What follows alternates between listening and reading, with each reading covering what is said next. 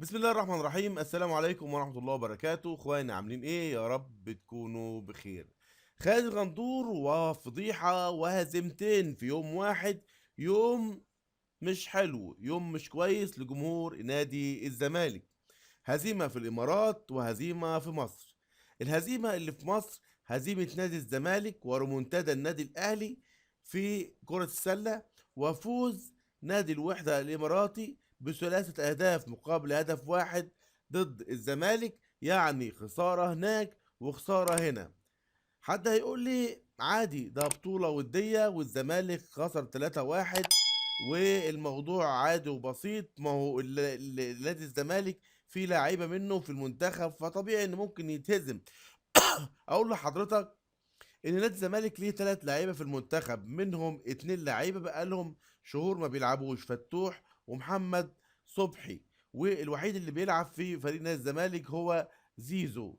يعني غاب زيزو، الزمالك اتغلب بالتلاتة يا حبيبي، بالتلاتة.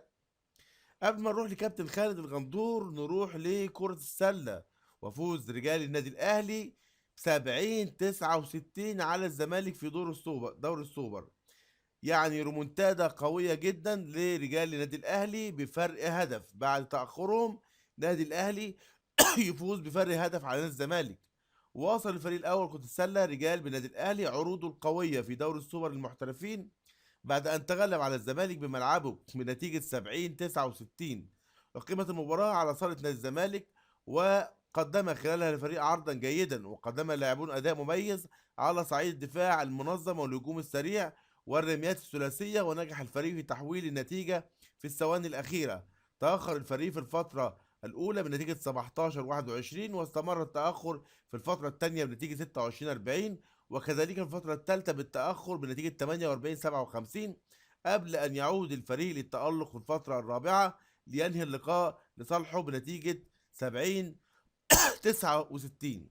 وكان الأهلي قد حقق الفوز في المباراة السابقة على فريق اليوبلس بنتيجة 161 ضمن منافسات بطولة الدوري السوبر.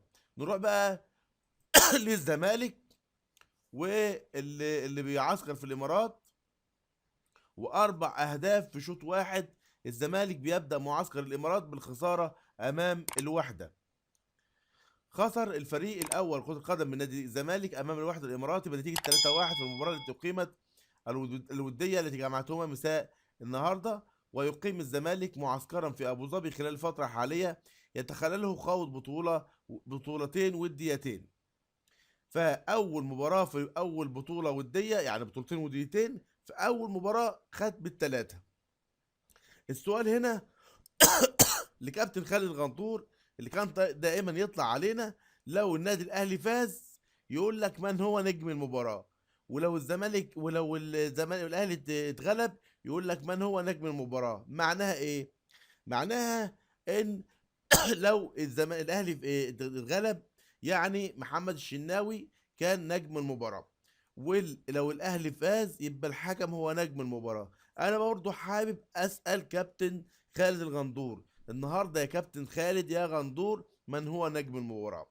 ثم عايز اسال كابتن خالد الغندور: المباراه يعني خلصانه من زمان، بقالها وقت كتير، يعني عدى وقت كتير، فين تعليق خالد الغندور؟ فينك يا غندور على هزيمه الزمالك بالتلاتة يا حبيبي، بالتلاتة؟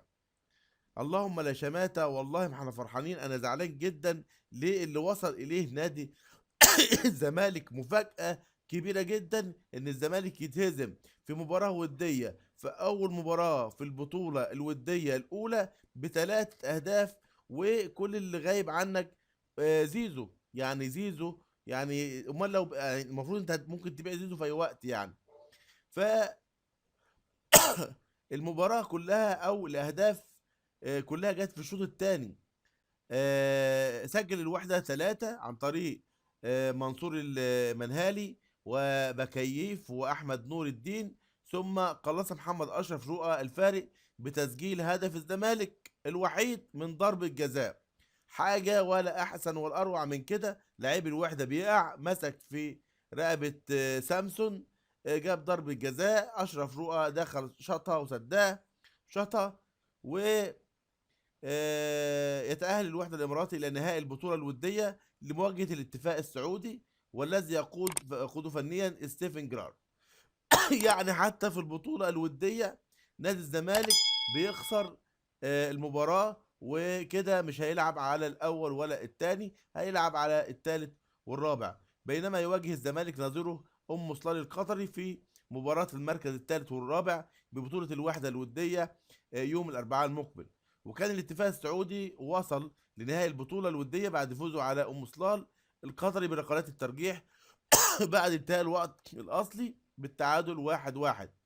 جدير بالذكر أن الفريق الأبيض سيشارك في بطولة أخرى، وهي كأس دبي للتحدي خلال فترة من 26 وحتى 28 يناير بجانب أندية الرجاء المغربي والأهلي السعودي ووهان 3 تاونز الصيني، على أن تقام المباراة على استاد المكتوم.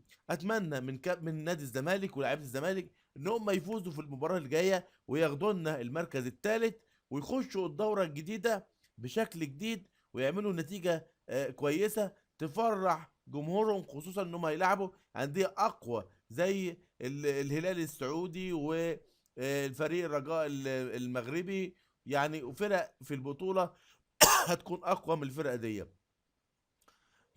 طبعا نتمنى الخير لنادي الزمالك، لكن عايز يعني كابتن خالد غندور ما سمعناش حسه ليه؟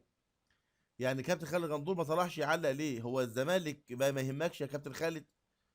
ولا انت حاليا مش فاضي غير بس للاخبار عن النادي الاهلي والكلام عن النادي الاهلي؟ دلوقتي انت خلاص ما بقتش تبع الزمالك ولا في قناة الزمالك.